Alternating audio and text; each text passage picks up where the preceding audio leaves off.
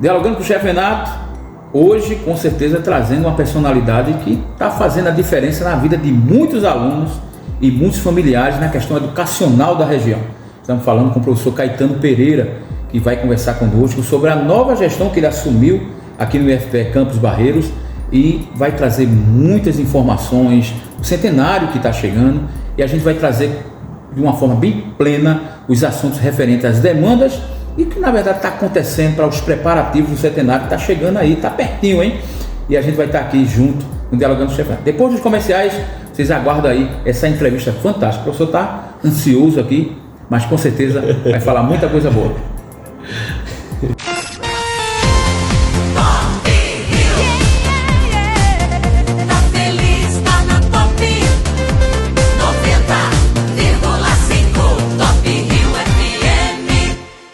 Voltamos aqui mais uma vez com o professor Caetano. Professor, seja bem-vindo aqui ao Dialogando com o Chefe Renato. Muito bom conversar com o senhor.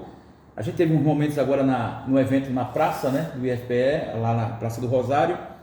Colocamos aí as vozes ao vivo pela Top Rio FM e agora o momento presencial de falar um pouco dessa instituição que eu tenho o maior orgulho. É um momento importante agora. Qual o maior desafio à frente de uma organização tão importante na região que é o IFPE, professor? Bom dia, né, a todos e todas. Obrigado, chefe Renato, por esse espaço aqui. É um parceiro nosso aqui do Instituto, divulgando a nossa instituição para a comunidade, levando informações, né, para toda a sociedade da zona da Mata Sul de Pernambuco. E dizer do orgulho, né, da gente estar aqui, você como ex-aluno, eu como ex-aluno dessa casa, e a gente só prova que essa casa de educação é muito importante para a nossa sociedade.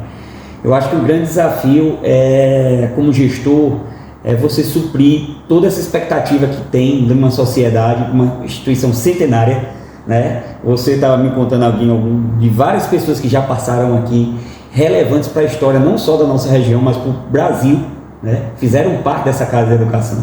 Então, você corresponder a essa expectativa é uma coisa bem pesada, mas que a gente se colocou à disposição da sociedade, foi para isso mesmo, para fazer diferente, para melhorar o que já existia e fazer algo novo para a nossa instituição. Como é uma instituição muito antiga, então ela tem muitos desafios, né, de infraestrutura, com relação a pessoal, que a gente precisa avançar em contratações, né, ampliar o número de cursos e atuar mais próximo da sociedade. Acho que é um grande desafio nosso hoje, né, com várias limitações financeiras, orçamentárias, mas a gente trazer a nossa sociedade para cada vez mais perto da população, porque ela é algo público.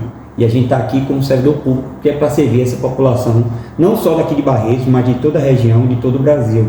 É um grande desafio que a gente se coloca, né, à disposição e que a gente está enfrentando com uma equipe muito boa, né? Graças a Deus eu tenho uma equipe muito boa, muito unida, que está ajudando a gente a superar nesses 5 meses de gestão que nós temos, né, que assumimos em maio, estamos 5 meses na direção do campus.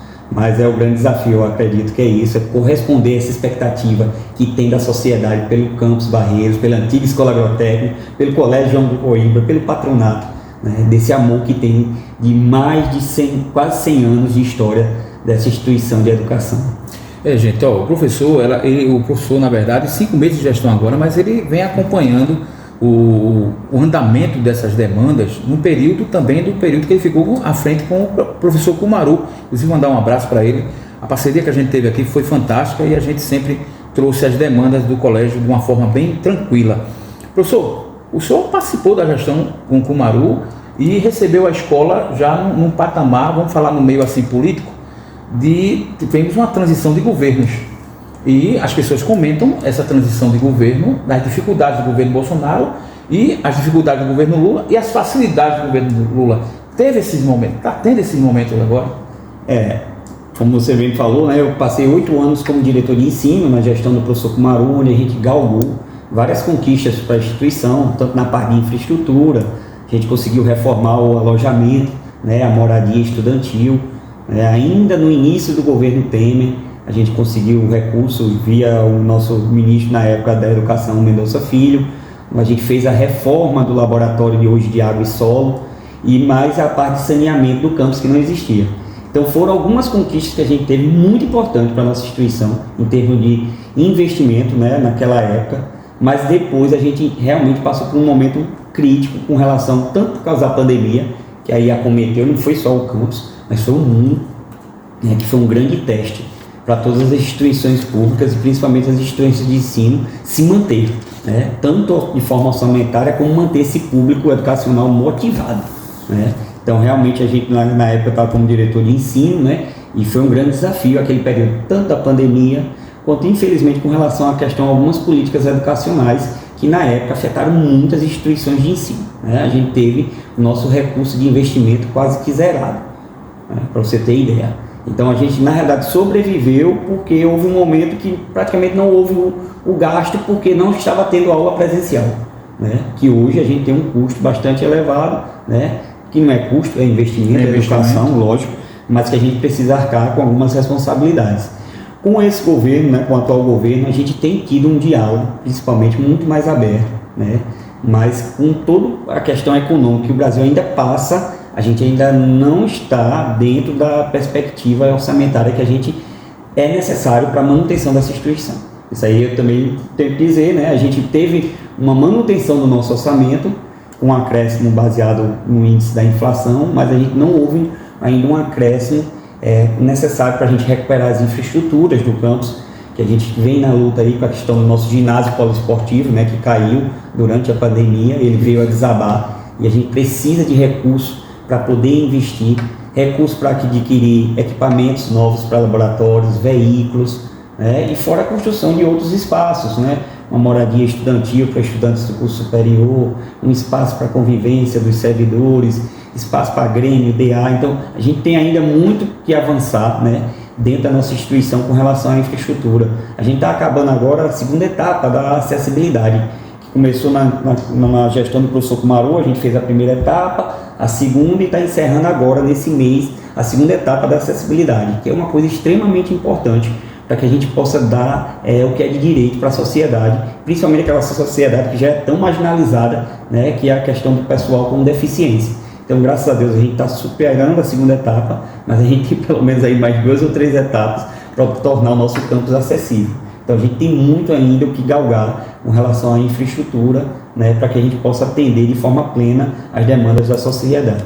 Com certeza. A gente, professor, aqui acompanhamos de perto o drama que foi a questão da quadra.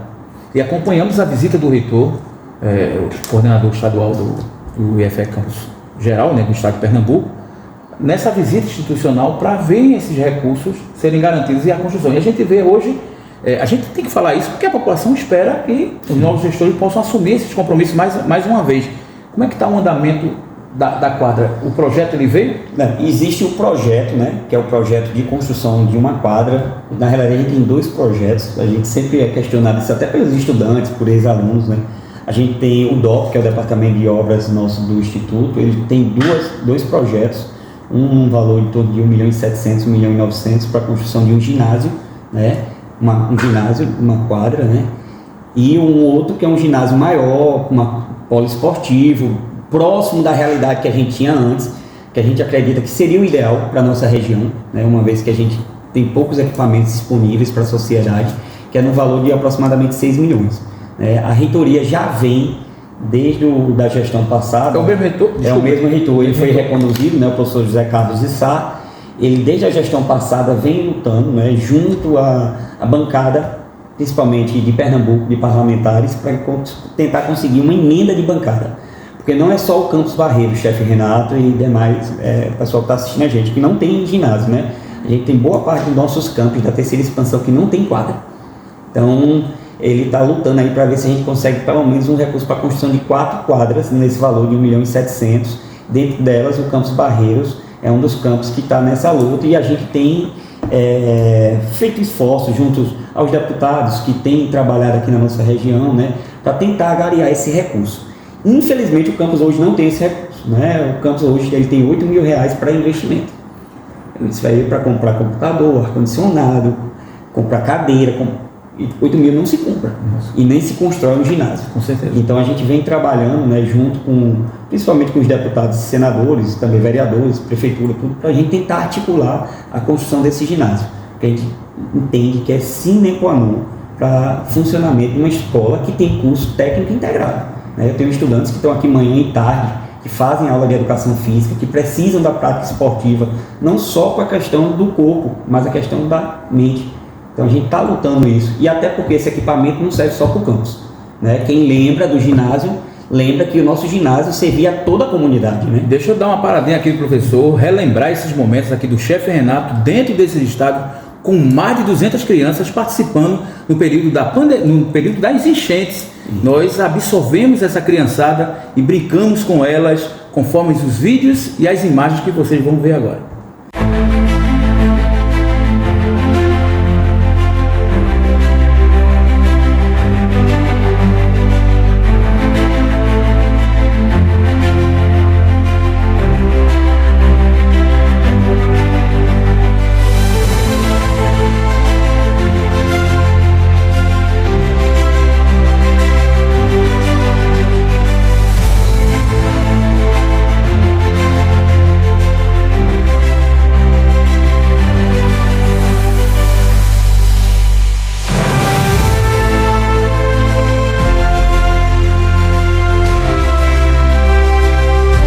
E o senhor lembrou agora que o ginásio não servia só para esporte, né? Quem lembra aqui em Barreiros, acho que 2 cheias, né? Mas principalmente na de 2010, né? O nosso campo, que a gente tinha um campo de futebol, né?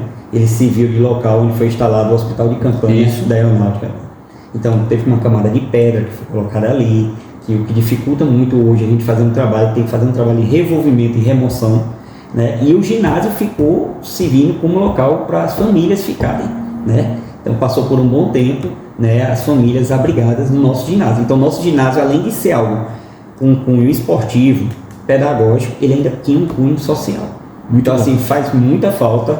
Não é que as outras obras não são importantes, mas o ginásio ele tem uma importância que a gente quer que ele volte. E a gente vai lutar sim até o último dia de gestão nosso para que a gente construa a nossa quadra, o nosso ginásio poliesportivo. Vamos falar um pouquinho de parceria. Parceria a gente sabe muito bem que com a comunidade já existe.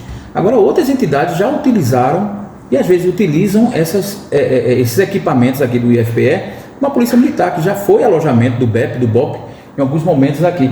Essas parcerias ainda continuam fortes?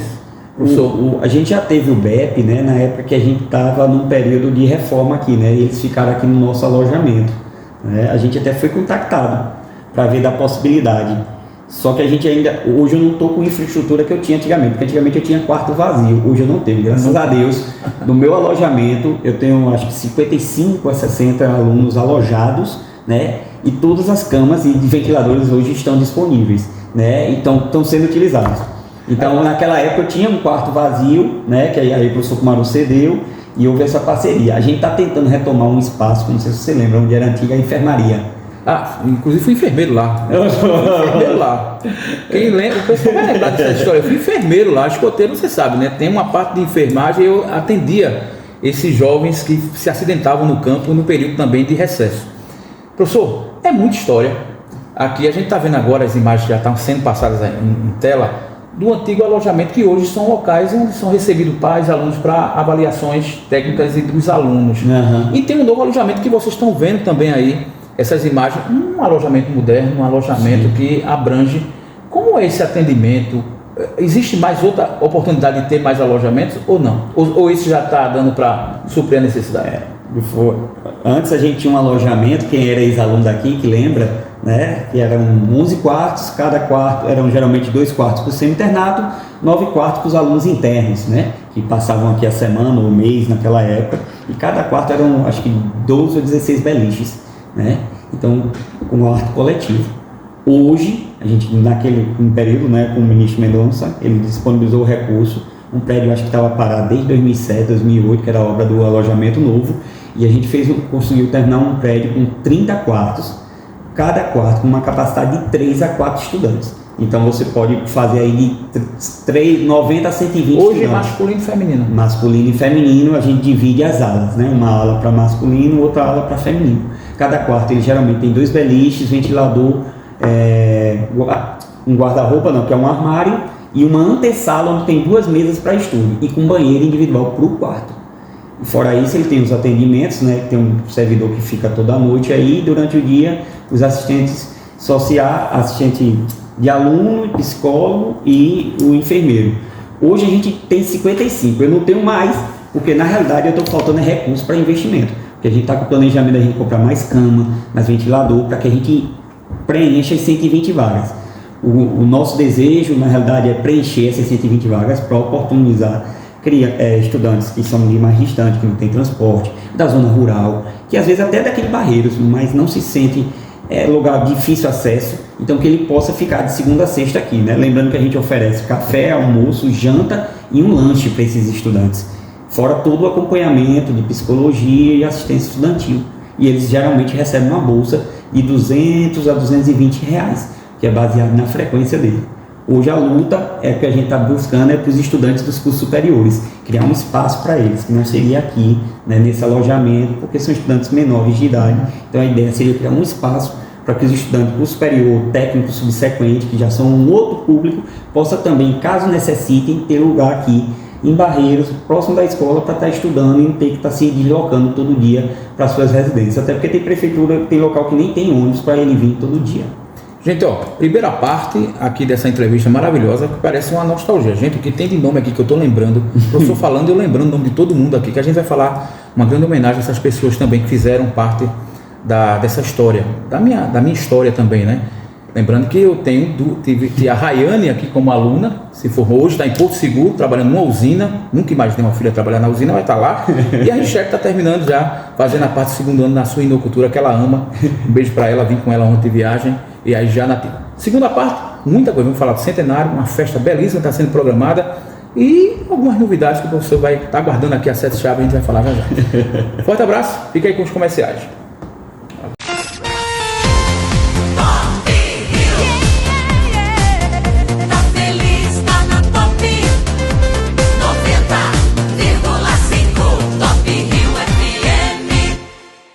Gente, o papo a gente estava nos comerciais, a gente estava em off aqui. Professor, a gente sabe que a escola está chegando no centenário, mas antes da gente falar de centenário, quais os cursos hoje que tem maior abrangência e como é que o senhor vê hoje o mercado de técnico agrícola, que é bem diferente de 30 anos atrás, e como é o mercado hoje para as novas profissões tecnológicas dentro do IFPE?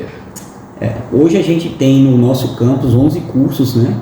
Sendo 2 técnicos integrados, que é o técnico em agropecuária, que é um dos cursos mais antigos nossos, né, que é da origem da formação do campus.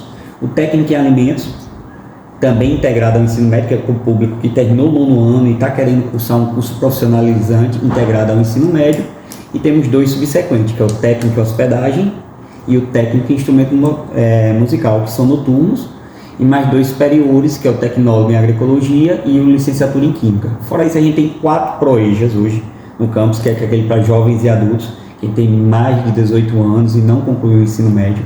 A gente tem um ProEJA que é do campus, que é o operador de computador, e tem 3, que é uma parceria que a gente tem com a Secretaria de Educação do Estado, né, que a gente faz concomitante, onde o aluno faz a formação profissional aqui e a parte propedêutica no Colégio de Estado, aqui em Barreiros é o Noronha Filho, em Tamandaré é o EREM, e a gente tem 3 ProEJAs e hoje a gente tem uma especialização em matemática, né. Com relação aos cursos que a gente tem hoje, a gente está no processo, chefe Renato, a gente assumiu, né, de revisitar os PPCs. O que é o PPC? É o Projeto Político Pedagógico do curso. Ele que dá o norte do curso, é a parte de inventário, é para dizer qual é o perfil do profissional que vai sair. Então a gente vai revisitar os PPCs dos nossos cursos. Alguns têm quase 10 anos, como é o técnico em agropecuária. Então a gente tem que trazer uma roupagem nova para ele. A oportunidade de técnico ainda existe, né? Eu sou TA, né, formado em 2000 com muito orgulho, trabalhei como TA durante 7 anos, e depois formei em agronomia, atuei como agrônomo na iniciativa privada e depois ingressei aqui. O mercado ainda existe, a gente tem muito técnico nosso, né, que está se deslocando para regiões como o Centro-Oeste, né, o sul do Maranhão, a parte norte ali da Bahia, para Balsas. Então há demanda sim, né? A gente como instituição, a gente tem que revisitar o PPC para atualizá-lo, né? É uma obrigação nossa, e também tentar buscar recursos de investimento, que isso aí a gente precisa. Então é um mercado abrangente, muito precisam, as usinas, fazendas. Usinas não estão mais aqui na nossa região, que a gente bem sabe que houve uma diminuição bastante grande, né, no número de usinas, caiu de 40 para menos de 10, mas ainda há uma demanda na área sucroalcooleira, mas hoje tem uma demanda na elaboração de projetos para fins de financiamento, assistência técnica, né, para agricultores, né, isso, e também na parte de atuando mesmo como técnico na parte de bovinocultura, que é algo que está crescendo muito, que é a bovinocultura de corte na zona da mata, né? Uma questão do fruticultura ainda é forte. Fruticultura, sem falar, e olericultura no Agreste. A gente hoje tem bovinocultura e cana-de-açúcar ainda na zona da mata como predominante na parte de agrícola, né? Você partindo para o Agreste tem a parte de HF, que a gente chama, que é hortifruticultura, e passando lá para o sertão, a parte de fruticultura, que também é um gerador de emprego muito grande. Quando você vai para o Vale do São Francisco, até a gente geralmente faz uma viagem com os nossos estudantes do terceiro ano, para que eles conheçam lá, porque é uma realidade diferente, né? Melancia, Uva, manga, melancia, até alguns produtores de maçã já existem lá, mas principalmente uva e a manga, né, que são para exportação. Então, é um carro-chefe lá da região e também que oferta muitas oportunidades de emprego. E se você for para aqui para perto, para o Maranhão, né, a gente tem hoje a questão da soja, do milho, a parte dos grãos e na Bahia, né, onde a gente tem ex-alunos nossos trabalhando, desde que saiu daqui, foi-se embora e não voltou mais, né? Inclusive minha filha, né?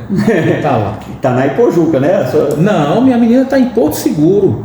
Na Bahia. Na Bahia. Sim. Tá na usina. Hoje, agora, o que é que a gente percebe hoje? O jovem, ele tem que buscar o conhecimento. Na época do senhor e a minha, a nossa fonte de conhecimento era os professores e a biblioteca. Isso é verdade. Hoje eles têm uma questão, né, muito mais de fácil acesso, que é a questão do celular, que é a questão do computador. Então a disponibilidade de informação hoje é muito maior. Agora a gente tem que se apropriar dessas informações e saber como aplicar. Hoje a agricultura, a parte de alimentos, a música, o que você pensar, hoje você tem que trabalhar com tecnologia e inovação. Senão você fica fadado a ficar fora do mercado. Juventude, preste atenção. O professor agora vai falar sobre um assunto importante. Futuros alunos daqui, os editais já estão sendo preparados para o ano de 2025. Como é que está sendo isso, professor? A gente deve estar saindo agora em segunda quinzena de novembro, vai ser divulgado o nosso edital. Nós somos uma instituição pública, né? Nós não cobramos, nosso ensino é gratuito, que fique bem claro. O aluno não paga mensalidade aqui no IFPE, a gente brinca até recebe para estudar, né? Mas existe um processo seletivo, né? Porque muitas vezes você tem um quantitativo de vagas e tem uma demanda maior, então a gente tem que ter um critério para escolher, e esse critério tem que ser o mais democrático, né, possível. E nosso processo seletivo deve estar saindo na rua por volta da segunda quinzena de novembro. Nós vamos divulgar na nossa página oficial, nosso Instagram, Facebook. Acompanha aí na tela, viu, gente? Vamos divulgar, né, nos nossos meios de comunicação aqui, os parceiros nossos, uma grande Rio FM, e a gente vai trazer esse edital. Mas tudo indica que ele vai seguir o mesmo edital do ano passado. Para os cursos técnicos integrados ao ensino médio, no caso do agropecuário e do alimentos, e do caso do subsequente, de música, instrumento musical e hospedagem, a seleção é simplificada através de análise de histórico escolar. Então, para os alunos que vão concorrer ao técnico agropecuário, eles vão precisar do histórico escolar do ensino fundamental, do 6º ao 9º ano. E para os alunos que vão concorrer ao subsequente de instrumento musical ou hospedagem, eles vão precisar do histórico escolar do ensino médio deles, do 1º ao 3º ano, onde lá vai ser analisado, de acordo com o curso, as notas de algumas disciplinas e vai fazer um ranqueamento para preenchimento de vagas. Lembrando que 50% das vagas da nossa instituição são destinadas a estudantes de escola pública. Todas as vagas, não, 50% vai para a escola pública e os outros 50% é ampla concorrência.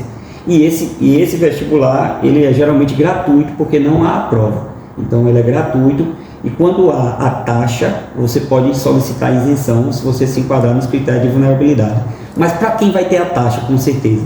Para os cursos superiores. Porque os cursos superiores, no caso da licenciatura em Química e o tecnólogo em Agroecologia, é necessário fazer a prova, porque é uma exigência do MEC. Tem que ter uma prova de redação e uma prova para análise para você ser selecionado. Então há um custo e há uma cobrança de taxa para realizar essa prova. Mas o aluno tem um período, o candidato, né, tem um período para solicitar isenção, né, e não pagar essa taxa, aqueles que se enquadram nos critérios de vulnerabilidade social. Então, em novembro, na segunda quinzena, a gente está botando o edital aí na rua desse processo seletivo para as aulas começarem em fevereiro de 2025. E dia 5 até o dia 13 de novembro, um grande evento vai acontecer aqui, que é o centenário da instituição.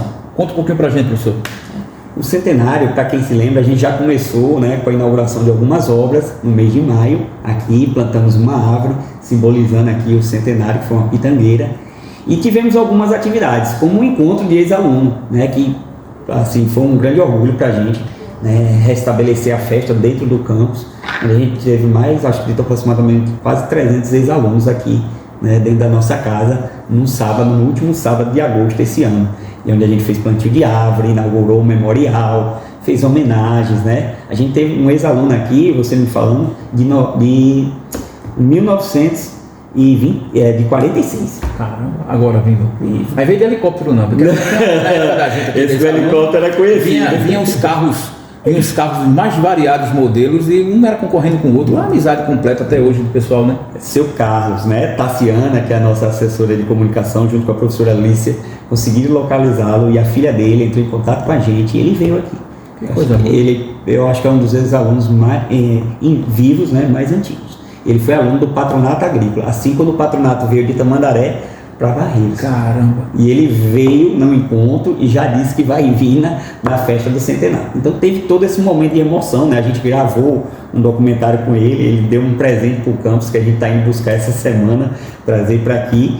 E a gente vai fazer a comemoração no dia 5, 6 e 13, né? A professor, é tanta data, é porque é muita festa, né? É muita história, né? Muita história. O aniversário do campus é dia 5, né? Que formou-se a primeira turma, que iniciou-se a primeira turma, 5 de novembro, onde a gente vai ter uma festividade para a nossa comunidade interna, para os nossos estudantes, né? No dia 6 a gente vai fazer algo em homenagem aos servidores e todos os técnicos administrativos, terceirizados, todo mundo, em alusão a esse dia. E no dia 13, né, que é uma quarta-feira, a gente vai fazer uma festividade para os membros da comunidade externa, ex-alunos, autoridades que fazem parte da nossa instituição, né, reitor, diretores de outros campos. Vamos estar aqui presente fazendo a cobertura. Toda a imprensa, dia 13, às 14h30, a gente vai fazer essa atividade para fazer essa comemoração. Não quer dizer que feche o ciclo, que a gente vai ter outras atividades ainda esse ano em comemoração ao centenário dessa Casa de Educação. Com certeza, gente, muita história. Muito bom conversar com o professor Caetano, uma pessoa super tranquila no diálogo. A gente aqui não colocou nada em pauta, a gente conversou no dia a dia do que ele já faz aqui, com muita maestria, com muita competência. E queria parabenizar todos ainda que continuam na luta aqui no campo. Tem o Marcelo Carvalho, gente, o professor Marcelo Carvalho continua aqui fazendo a mesma coisa. Foi meu professor, foi meu diretor. E é um orgulho, tá? O professor meu também. Seu também, né? Pessoas aqui, o Rinaldo, o professor Pereira, a professora Salete, o professor Galiza, doutor Pedro, ex-diretor, o professor Galiza também. Pessoas aqui, gente, que lembra que rapidamente a DOCA tem o Marcelo que eu já falei, tem o Henrique Carvalho, também o saudoso, né? Tem o professor Neves, o saudoso Neves, tem o Iltânia, professora de apicultura.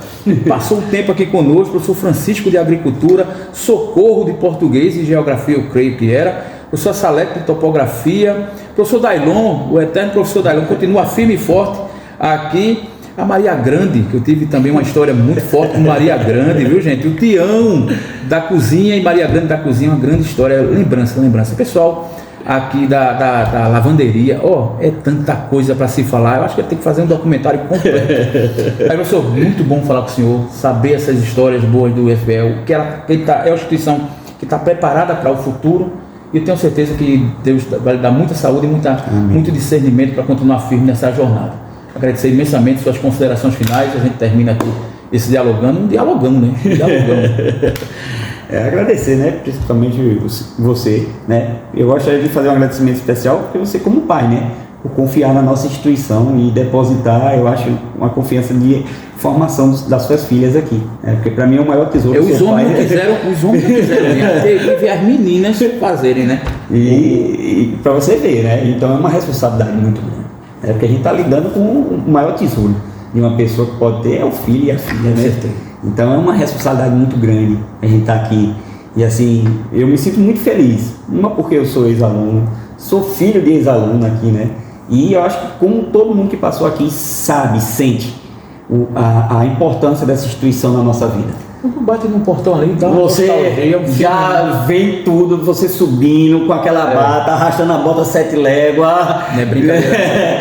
no sol quente, mas lembra daquela amizade, da importância desses professores, desses profissionais que você listou aí, que são muitos mais, né, que passaram aqui, que ainda estão aqui, alguns que tiveram na nossa vida, não só como formação profissional, mas eu acho como pessoa, como ser humano. Então, assim, é muito revigorante estar nesse momento aqui na gestão, nesses 100 anos, e estar podendo dar o máximo para que essa escola continue crescendo. Já está boa, mas tem muito que melhorar, e a gente vai fazer mais e mais para melhorar mais e cada vez crescer, né? Chegar aos 200, 300, 1000 anos. O que for, o que Deus quiser, ela vai, e a gente espera poder dar a nossa contribuição nessa história, nesse um pouquinho aqui que a gente está aqui, mas que a gente possa fazer o máximo possível para o bem dessa educação, dessa instituição. Lembrando, viu, gente, eu já estudei aqui com o Adson, na mesma sala, né? O Bala foi aluno comigo, inclusive do internato. E é técnico, né, até hoje. Tem o Wilson, que está em Palmares, eu creio que esteja por lá ainda, e muita gente passou por aqui. Então, eu só tenho Haroldo, né, da sua época. Haroldo, tem muita gente, e muitos que partiram, viu? Muitos partiram para a eternidade, mas deixando uma história também por aqui. Professor, mais uma vez agradecer à professora Tassiana, aparece rapidinho aqui, né? Ela vai aparecer aqui rapidinho, porque ajudou a gente aqui nos bastidores. Tassiana aí na área da comunicação e está fazendo esse momento. Vai ter uns momentos importantes aí que o chefe Renato fala muito aqui, viu? Mas a gente terminou o dialogão, não é o dialogão, não, é o dialogão, porque o professor aqui a gente falou muita coisa boa.